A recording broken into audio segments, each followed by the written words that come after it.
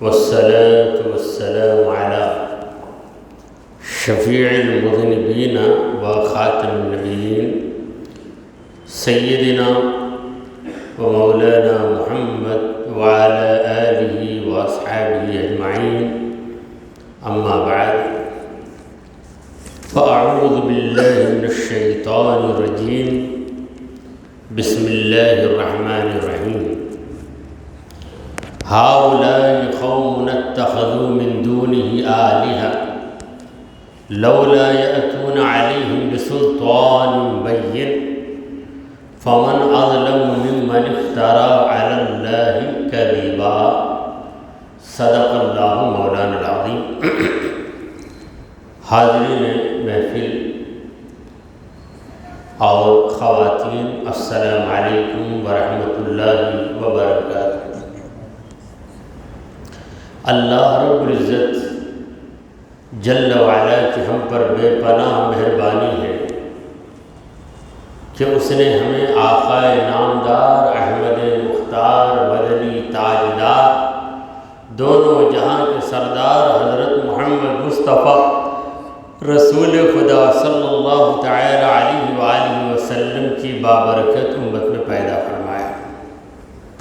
حاضرین، جس آیت مبارکہ کی تلاوت کا میں نے شرف حاصل کیا وہ سورہ کہف کی 15ویں آیت ہے.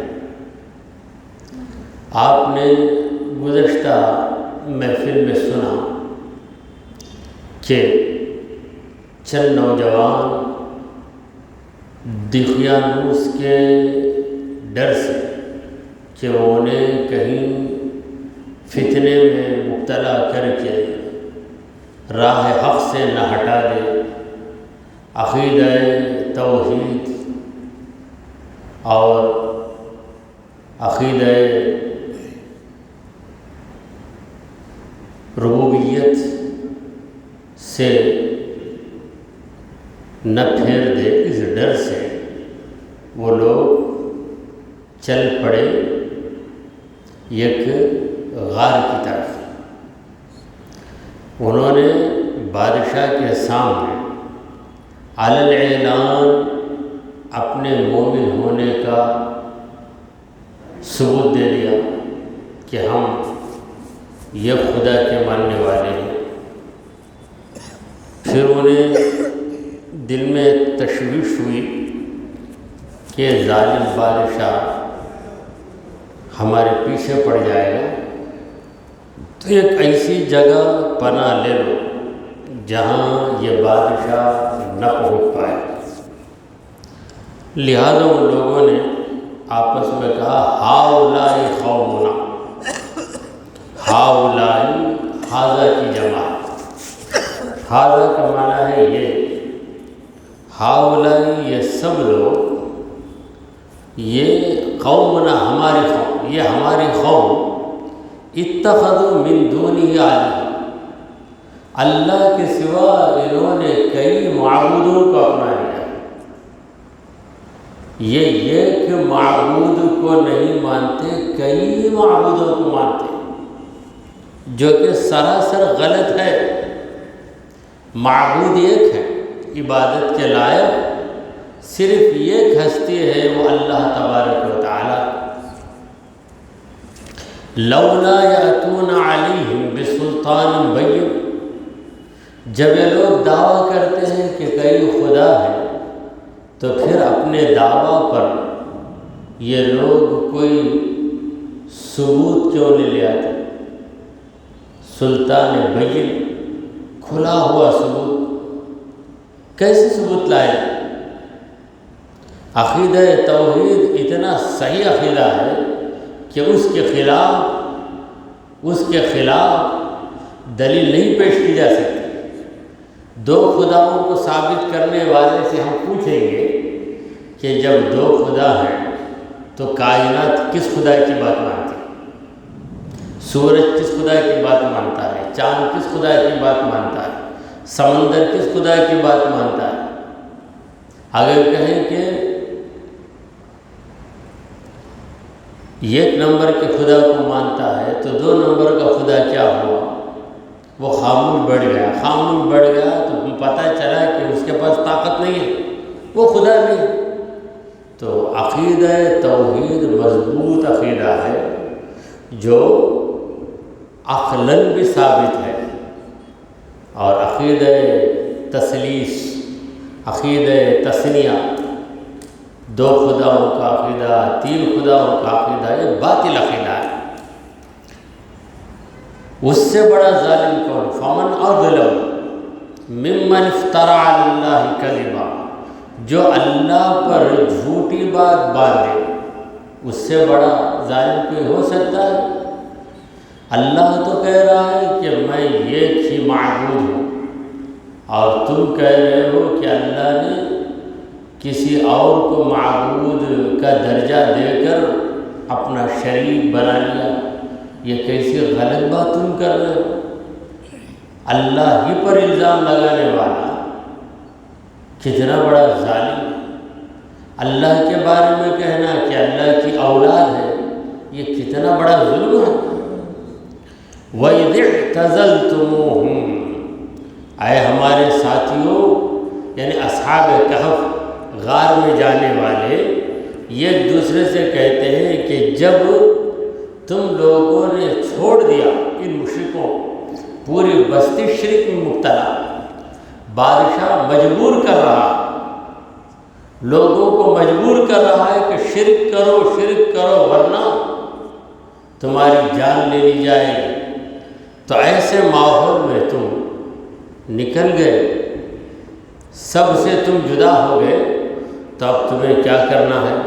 وَإِذِ اعْتَزَلْتُمُوهُمْ وَمَا يَعْبُدُونَ إِلَّا اللَّهُ، تم نے ان لوگوں کو بھی چھوڑ دیا اور ان کے غلط معبودوں کو بھی چھوڑ دیا، صرف اللہ کی عبادت کریں گے اس بات پر تم جم گئے، تو اب تمہیں کرنا کیا چاہیے؟ فَأْوُوا إِلَى الْكَهْفِ، غار کی طرف جاؤ، پناہ لے، کیونکہ لوگ شہر میں تم کہیں بھی رکو تم پر حملہ کریں، اگر غار میں چلے جائیں گے تو لوگ تمہیں ڈھونڈتے ڈھونڈتے تھک جائیں گے، غار تک تو آئیں گے۔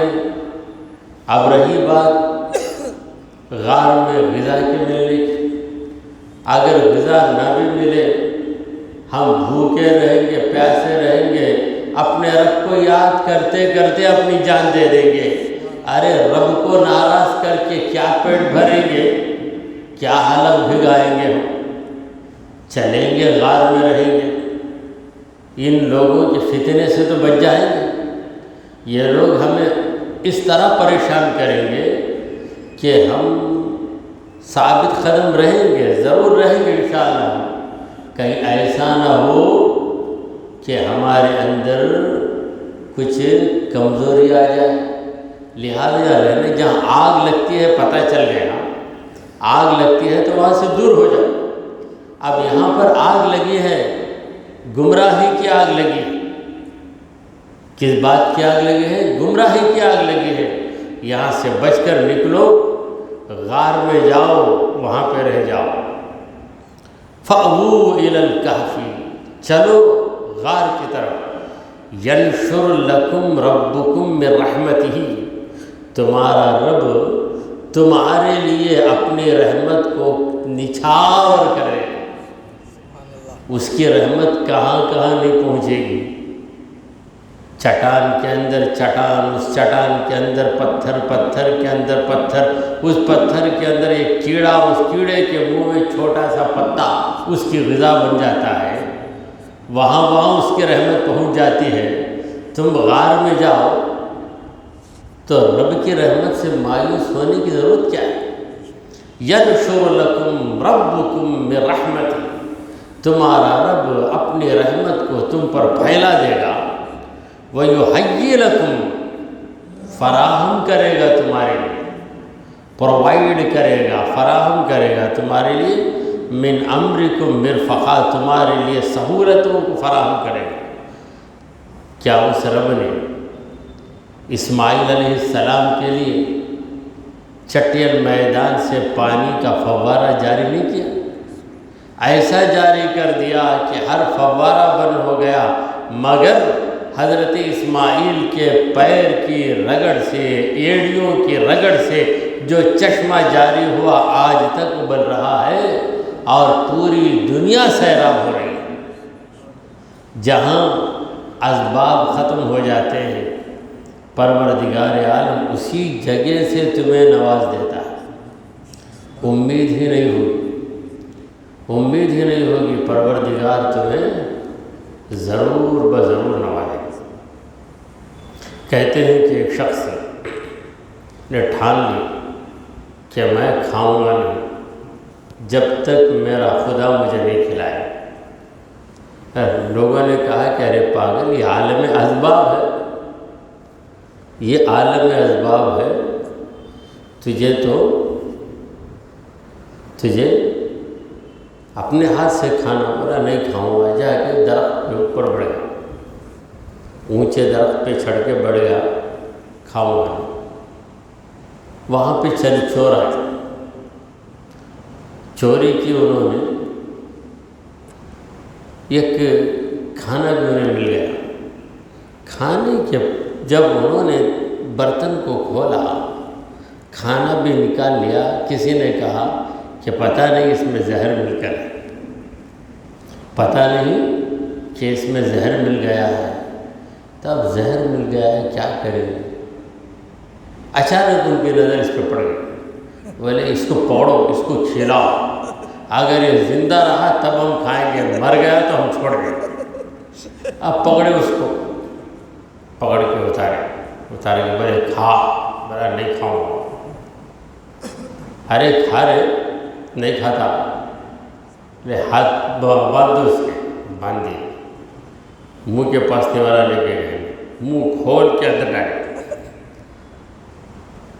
جب مجبور ہو کے پھر پانی پلایا اس کو، پھر کھلایا، بولا تیرے ہاتھ سے کھا نہیں کھاؤں گا۔ پھر مارے اس کو، مار کے کھلایا، مار کے کھلایا، تو اتنا کھا لیا کہ پیٹ بھر گیا اس کے بعد بولا کہ واقعی میرے پروردگار، جب تو کھلانا چاہتا ہے تو طریقے بھی نرالی۔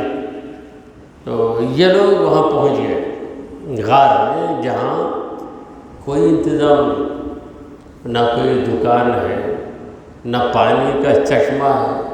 چلے گئے رب کے بھروسے پر، اور جانے کے بعد بڑے تھکے ماندے تھے، تھکے ہوئے تھے، وہاں لیٹ گئے، نیند طاری ہو گئی ان پر۔ اب نیند طاری ہو گئی، پروردگار عالم نے سب کو روک دیا، مچھروں کو روک دیا، مکھیوں کو روک دیا، جا کے پریشان نہیں کرنا۔ ہوائیں چل رہی ہیں، نیند زبردست لگ گئی، سورج نکلے، کہیں ایسا نہ ہو کہ سورج کی تپش، سورج کی گرمی ان کے چہروں پہ پڑے اور ان کی آنکھ کھل جائے۔ لہذا سورج کو بھی ایسے طلوع کیا، ایسے غروب کیا کہ سورج سرک کے نکل جائے۔ پروردگار نے کہا وَتَرَى الشَّمْسَ، تو دیکھے گا سورج کو، اِذَا طَلَعَتْ، جب نکلتا ہے سورج، تَزَاوَرُ عَنْ كَهْفِهِمْ، ان کے غار سے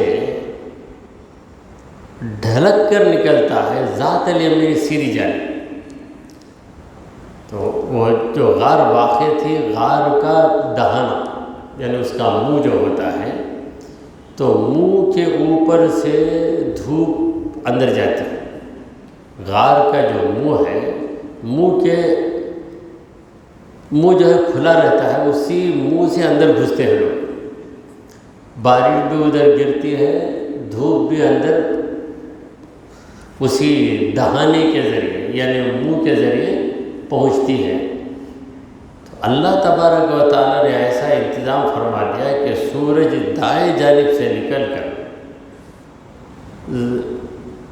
اس طرح طلوع ہو جاتا ہے کہ سورج کی دھوپ ان پہ نہیں پڑتی۔ وَإِذَا غَرَبَتْ، جب سورج ڈوبنے لگتا ہے تقرض ذات الشمال، تو بائیں جانب سے ان سے کتراتے ہوئے سورج نکل جاتا ہے. یعنی سورج کی دھوپ کی گرمی سے بھی مولا نے انہیں بچا لیا. وَهُمْ فِي فَجْوَةٍ مِّنْهُ، وہ غار میں کشادہ جگہ آرام سے سو رہے تھے. جتنے بھی تھے 8 یا 9 نوجوان آرام سے سو رہے، نو ڈسٹربنس. کوئی انہیں نہ جگانے کے لیے آئے گا نہ ستانے کے لیے آئے گا. یہ دنیا کے انسان تو ایک طرف سورج بھی انہیں نہیں ستاتا. سورج بھی اس طرح نکلتا ہے، اس طرح ڈوبتا ہے کہ سورج کی گرمی ان پہ نہ پڑے. اور غار میں کوئی تنگی نہیں، آرام سے. ایسا نہیں کہ تنگ کمرے میں 10 آدمی سوتے ہیں تو ایک دوسرے سے لگ جاتے ہیں، ایسا نہیں. جگہ بہت کشادہ ہے غار کے اندر، یہ لوگ آرام سے سو گئے.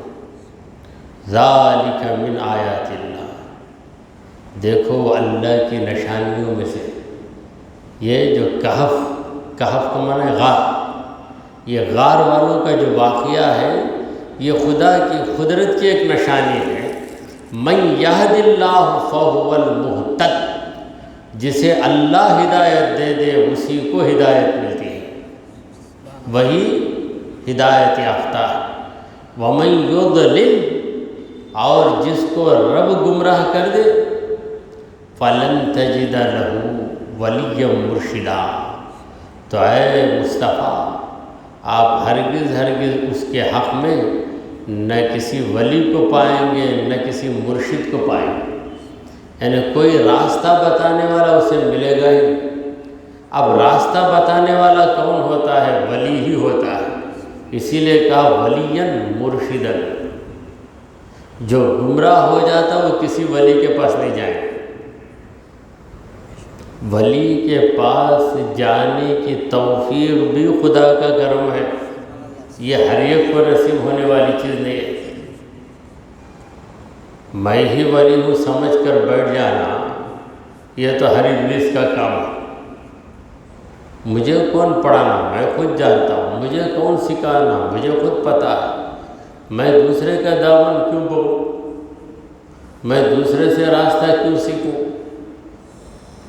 تو جسے خدا گمراہ کر دے فلن تجد لہ، تو تم ہرگز نہیں پاؤ گے اس کا ولین، کوئی ولی. اور وہ ولی کی صفت کیا ہے؟ مرشدن، جو کہ مرشد.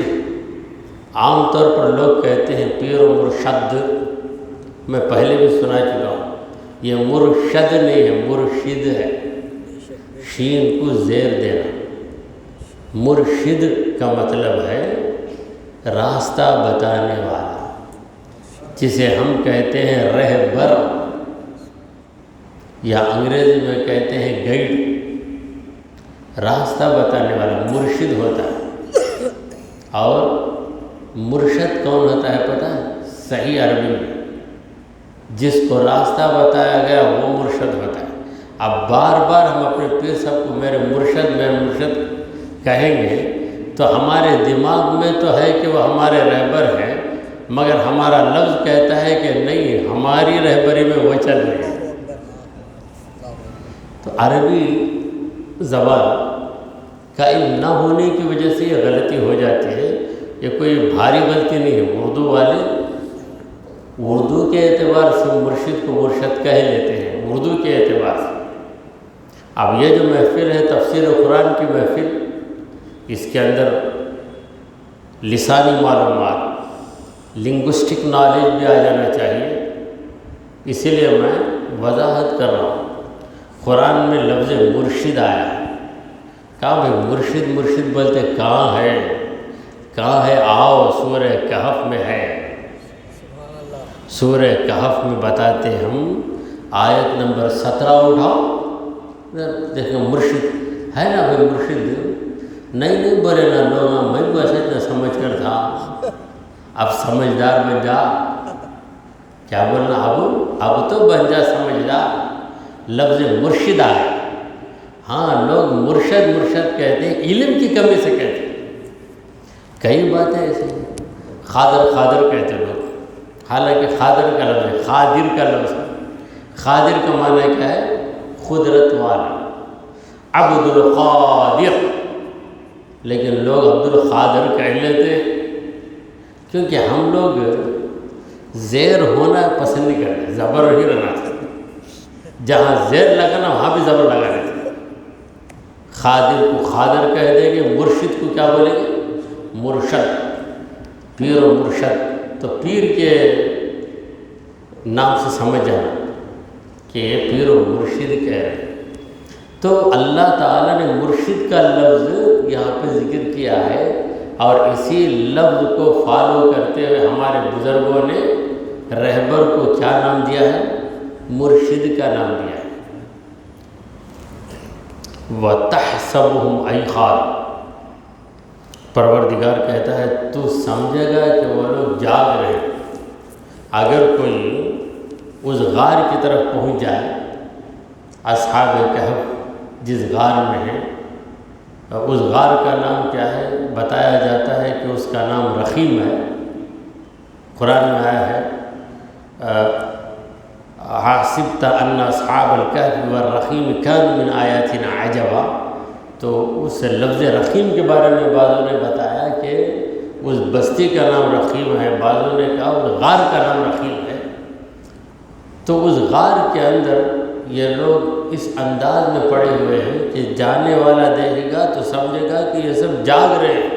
تحسبہم، تو گمان کرے گا انہیں دیکھ کر، ایقاظاً، کہ وہ جاگ رہے ہیں، وہم رقود، حالانکہ وہ سب سو رہے ہیں، وہ سو رہے ہیں۔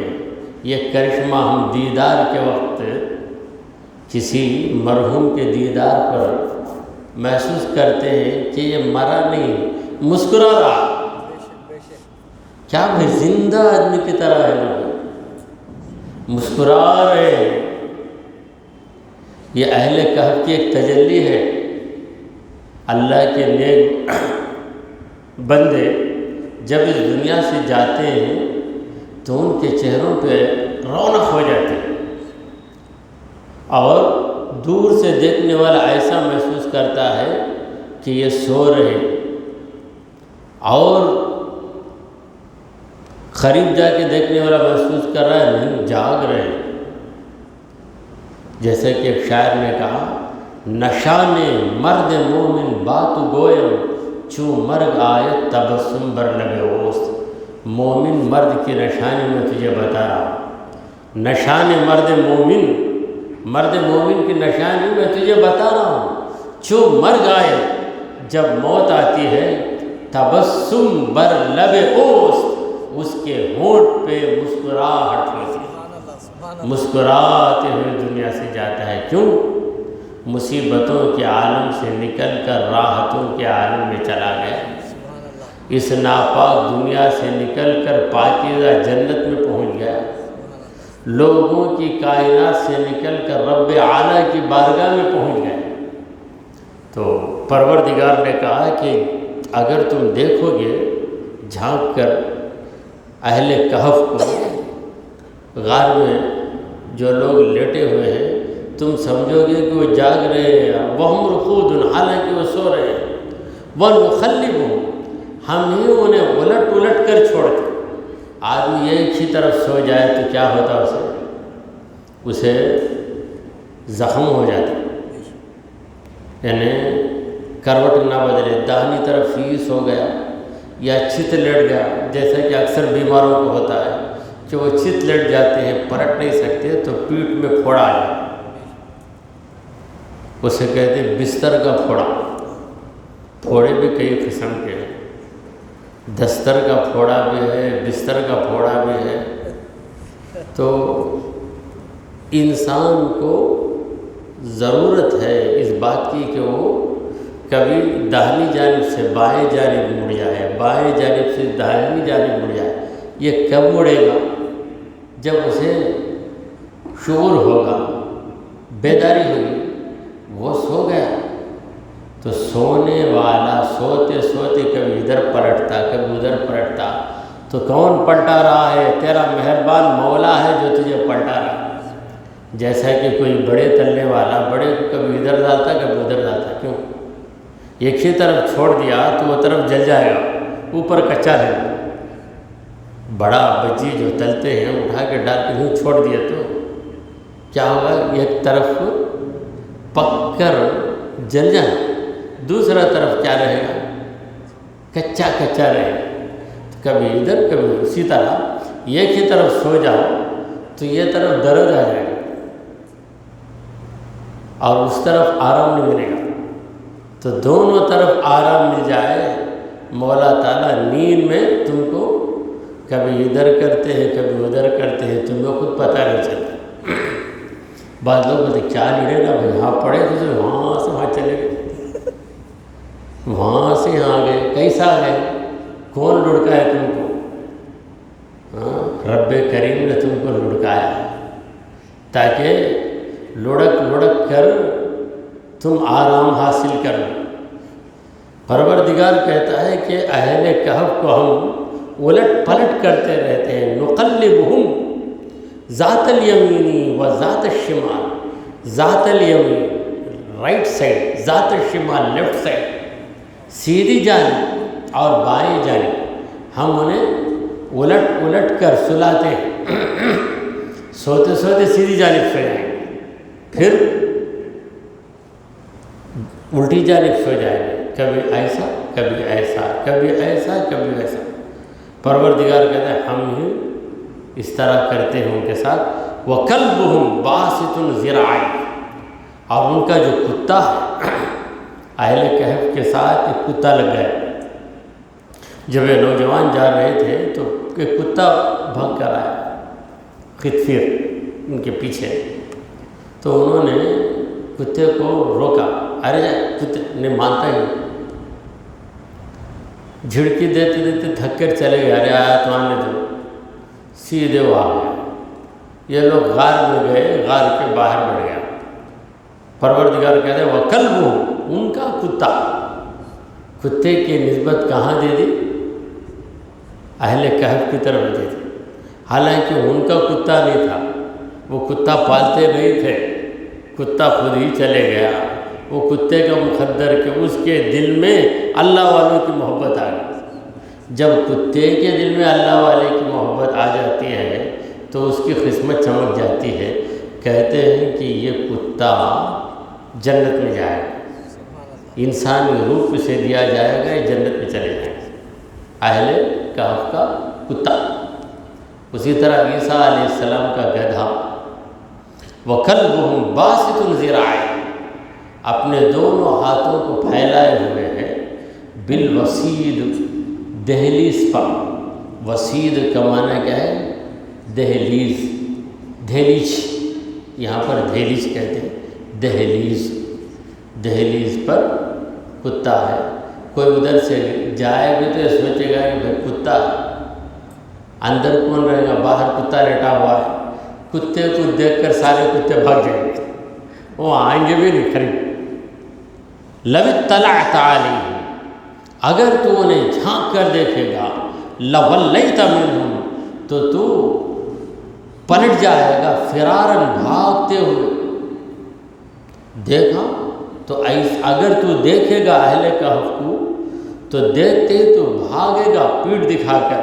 وَلَمُلِئْتَ مِنْهُمْ رُعْبًا، اور تیرے دل میں ایسا روب، ایسا ڈر آ جائے گا کہ تیرا دل خوف سے بھر جائے گا۔ ملیتا، تیرے پورے تن بدن میں ڈر آ جائے گا۔ کیسا؟ دل دھڑکتا ہے، کوئی ڈر گیا تو دل دھڑکتا ہے، نہیں پورا جسم دھڑکتا، ہاتھ بھی کانپتے، پیر بھی کانپتے، چہرہ بھی کانپتا۔ یہ جو تھیوری ہے اوپر چڑھتی نیچے اترتی، آنکھ بند، ہونٹ بھی ہلنے لگتے ہیں، پورا جسم دھڑکنے لگتا ہے اگر خوف طاری ہو جائے۔ کبھی کبھی نئے آدمی کو جو کبھی اسٹیج پہ نہیں آیا اسے لا کے اسٹیج پہ کھڑا دیں گے تو ایسا وائبریشن ہوگا اس کے اندر، بھائی کیا بھائی کر دی، ذرا ٹھہرو، نا دونوں ہاتھ اسے اس کا بھی نام ہم نے رکھا ہے. کیا نام رکھا ہے؟ Stage fair. باہر بڑی جلیبی دکھایا گیا، اسٹیج پہ آتے دونوں ہاتھ دونوں پیر اپنے کام تھرانے لگے. اس کے لیے بھی عادت کی ضرورت ہے، عادت چاہیے. جب عادت ہو گئی تو پھر کوئی پریشانی نہیں. تو یہاں تک یعنی پروردگار یہ سمجھا رہا ہے کہ اصحاب کہف پر اللہ تبارک و تعالیٰ نے ایسا رعب رکھا ہے، ایسا وقار رکھا ہے ان کے اندر کہ کوئی دیکھے گا تو آگے بڑھ کر ان کا کیا بگاڑے گا، مارے خوف کے بھاگ جائے، بھاگے گا اور پورا بدن اس کا خوف کی وجہ سے تھرانے لگے گا. تو اسی پر اکتفا کرتے ہوئے ایک دو حدیثیں بھی سن لیتے ہیں، کیونکہ درس حدیث اس خانے کو خالی چھوڑنا صحیح بات نہیں ہے. ایک حدیث آپ کے سامنے عرض کرتے ہیں. اللہ کے پیارے نبی محمد عربی صلی اللہ تعالی علیہ وآلہ وسلم نے فرمایا، من انظر معسرا، جس نے مہلت دے دی تنگ دست کو، او وضع لہ، یا گھٹا دیا اس کو، اس کے قرضے کو، اذلہ اللہ یوم القیامہ، قیامت کے دن اللہ اسے سائے میں رکھے گا، تحت ظل عرشہ، اپنے عرش کے سائے کے نیچے، یوم لا ظل الا ظلہ، جس دن اس کے سائے کے سوا کوئی سایہ نہیں. یہ ہے حدیث. حضور اکرم صلی اللہ علیہ وسلم یہ سمجھا رہے ہیں کہ کسی نے تم سے قرض لے لیا اور وہ تنگ دست ہے. تنگ دست یعنی اس کا ہاتھ تنگ ہے. دست کا معنی ہے ہاتھ فارسی میں، تنگ دست اردو میں یہ لفظ ہم بولتے ہیں. ہاتھ تنگ ہے. ہاتھ تنگ ہے کا مطلب کیا؟ ہاتھ میں پیسہ نہیں، پیسہ آیا تو ہاتھ پھیل جاتا، پیسہ نہیں تو ہاتھ تنگ ہو جاتا، صورت بھی اتر جاتی. جو ہی پیسہ آیا صورت کھل جاتی. کیوں؟ کہ اب میں دوسرے کو کھلا سکتا ہوں، یہ خوشی دل میں آ جاتی ہے. رسول کریم صلی اللہ علیہ وسلم فرما رہے ہیں کہ اگر کسی غریب آدمی نے تم سے قرض لے لیا اور وہ قرض ادا کرنے کے لائق نہیں، تم اسے مہلت دے رہے. مہلت مثلا اس نے قرض لیا جولائی کے مہینے میں کہہ کر کہ میں اگست 15 کو دے دوں گا، 15 اگست کو دینے کے قابل نہیں ہے، واقعی غریب ہے. آپ نے کہا کہ بھائی 15 اگست آ گئے، گھبراؤ نہیں، میں 15 ستمبر تک تمہیں ٹائم دیتا ہوں. یہ ایک مہینے کی مہلت تم نے دے دی. یہ بہت بھاری کام تم نے کیا، بہت نیکی کا کام تم نے کیا. او وضع لہ، یا وضع کر دیا، واپس کرنے کی ضرورت نہیں بھائی، چھوڑ دو. یا یوں کہا کہ 10,000 دینا نا، تم کو تکلیف ہے، 5,000 رکھ لو، 5,000 فقط مجھے واپس کر دو. قرض کو وضع کرنا کا مطلب اس کو گھٹا دینا. گھٹانے کا حال کیا ہے؟ پورے طور سے ہی گھٹا دے یا کچھ حصہ گھٹا دے. غریب آدمی کو دیکھ کر کہا کہ بھائی اتنا پیسہ اکٹھا کر کے مجھے واپس کرنا تمہارے لیے اس میں تکلیف ہے اور تم سوچ سوچ کے پریشان کیوں ہو رہے؟ چلو بھائی وہ پیسہ میں تم کو دے دیا، تم ہی رکھ لو.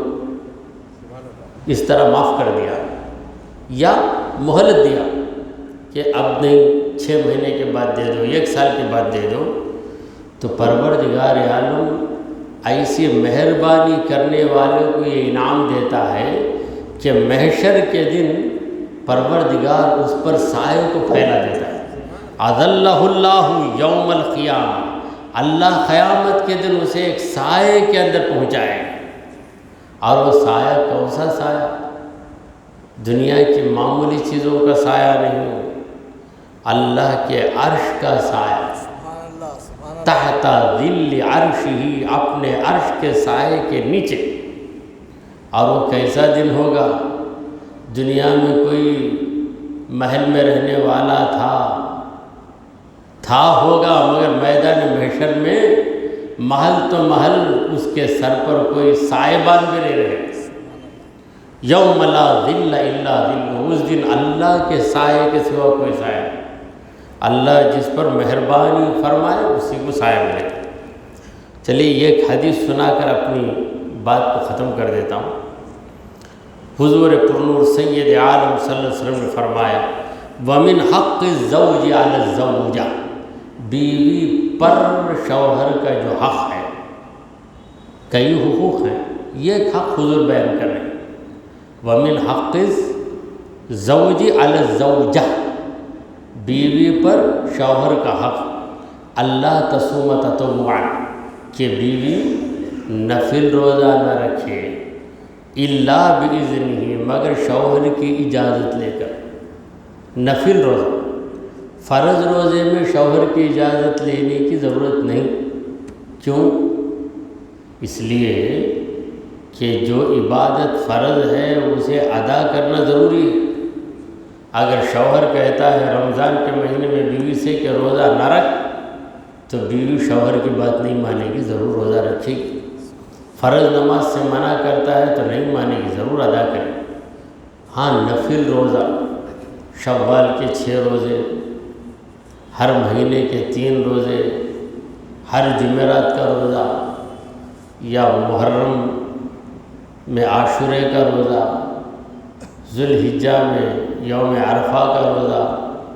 تو یہ جو نفل روزے ہیں، یہ نفل روزے اگر رکھے گی شوہر کی اجازت لے، یہ اس صورت میں ہے جب کہ شوہر موجود ہو. شوہر سعودی میں ہے تب بھی اجازت لینے کی ضرورت نہیں. شوہر سے اجازت اس لیے لینا کہ شوہر کو بیوی کی ضرورت رہے. جیسے ایک شخص کھانے کے لیے آئے کہ میں پھل کھاؤں. پھل کہاں رکھا ہوا ہے؟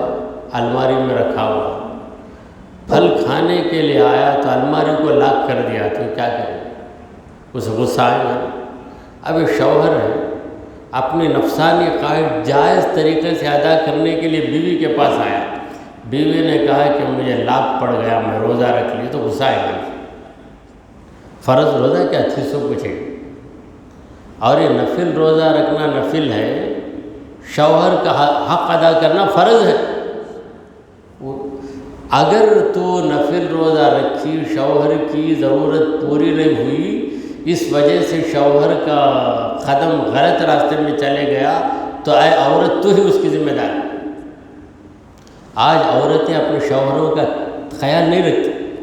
شوہر آتا ہے بیچارہ، یہ ٹی وی دیکھنے میں رانی مصروف رہتی ہیں یا موبائل دیکھتی رہتی ہیں، بات کرتے وہ آتا توجہ ہے، وہ خود ہی آ کر مسکین اپنے جوتے اتارتا، کپڑے اتارتا، یہاں تک کہ بیوی کو بولتا ذرا پانی دو جی، پانی دو بیگم، سنتی نہیں. صبر والا رہا تو خود جا کے پانی پی لے کے بیٹھ کے ریلیکس ہو کے سوچتا گھر کو جانا کہ بھائی آئے تو کیا. اپنی بیوی اٹینشن نہیں دیتی، مجھے ٹینشن آ جاتا ہوں. اٹینشن نہیں دی تو ٹینشن آ جاتا. چلو باہر رہ جائیں گے، 7 بجے آنے کے بجائے 10 بجے آتا، تو اس موقع پر کبھی ادھر گیا کبھی ادھر گیا، یہاں تک کہ کسی عورت کے پھندے میں پھنس جاتا. اس کے بعد آ کر یہ روئی تو فائدہ کیا؟ توجہ تو نہیں دی، اسی وجہ سے تیرا شوہر تیرے ہاتھ سے نکل گیا. ہمارے نبی کریم صلی اللہ علیہ وسلم نفسیات کے کیسے ماہر ہیں دیکھیں. نفسیات، فرض روزہ تو مرد بھی رکھے گا، بیوی بھی رکھے گی. پورا رمضان روزے ہی کا مہینہ ہے، اس میں کوئی دقت نہیں ہوگی. رمضان کے علاوہ جو نفل روزے ہیں، اگر شوہر کو پسند نہیں ہے، وہ گھر میں رہ کر بیوی کے ساتھ بلا تکلف رہنا چاہتا ہے، اگر موقع ہو جائے تو ہم بستری بھی ہو جائے، تو ایسے موقع پر شوہر کی اجازت کے بغیر روزہ رکھتی ہے عورت، تو شوہر کے حق کو کیا کر رہی ہے؟ شوہر کے حق میں کمی کر رہی ہے. شوہر کے حق میں کمی کر رہی ہے. اسی لیے حضور نے فرمایا کہ کوئی عورت اپنے شوہر کی اجازت کے بغیر نفل روزہ نہ رکھے۔ اگر شوہر اجازت دے دے تب رکھ سکتی ہے۔ نیک شوہر تو اجازت دے ہی دے گا، کہے گا کہ بھئی روزہ رکھ لو، کیا اس میں خرابی ہے، رکھ لو۔ ہاں اگر ضرورت ہے، اسے آیا ہے 2 دن کے لیے، کہیں نوکری کر رہا ہے، ہفتہ اتوار چھٹی 2 دن آیا، 2 دن بھی روزہ رکھ لیتے، بولے میں ہر ہفتہ روزہ رکھتی ہوں، بولی تو کیا کرے گا بیچارہ۔ پھر حضور نے فرمایا فَإِن فَعَلَتْ، اگر کوئی عورت ایسا کرتی ہے، شوہر کی مرضی اجازت کے بغیر نفل روزہ رکھتی ہے، جاءت وعطشت، وہ بھوکی رہتی ہے، پیاسی رہتی ہے، ولا يقبل منہا، اس کا وہ روزہ قبول نہیں ہوگا، اس کا روزہ قبول نہیں ہوگا۔ دعا کیجئے کہ پروردگارا، ہم نے جو کچھ کہا اور سنا اسے قبول فرما، اے اللہ ہمارے گناہوں کو معاف فرما، ہماری خطاؤں کو درگزر کر دے، اے رب کریم ہم پر تیری رحمت نازل فرما، ہمارا خاتمہ ایمان کی حالت پہ فرما۔ وصلی اللہ تعالی علی سیدنا مولانا محمد وعلی آلہ واصحابہ اجمعین۔ الفاتحہ۔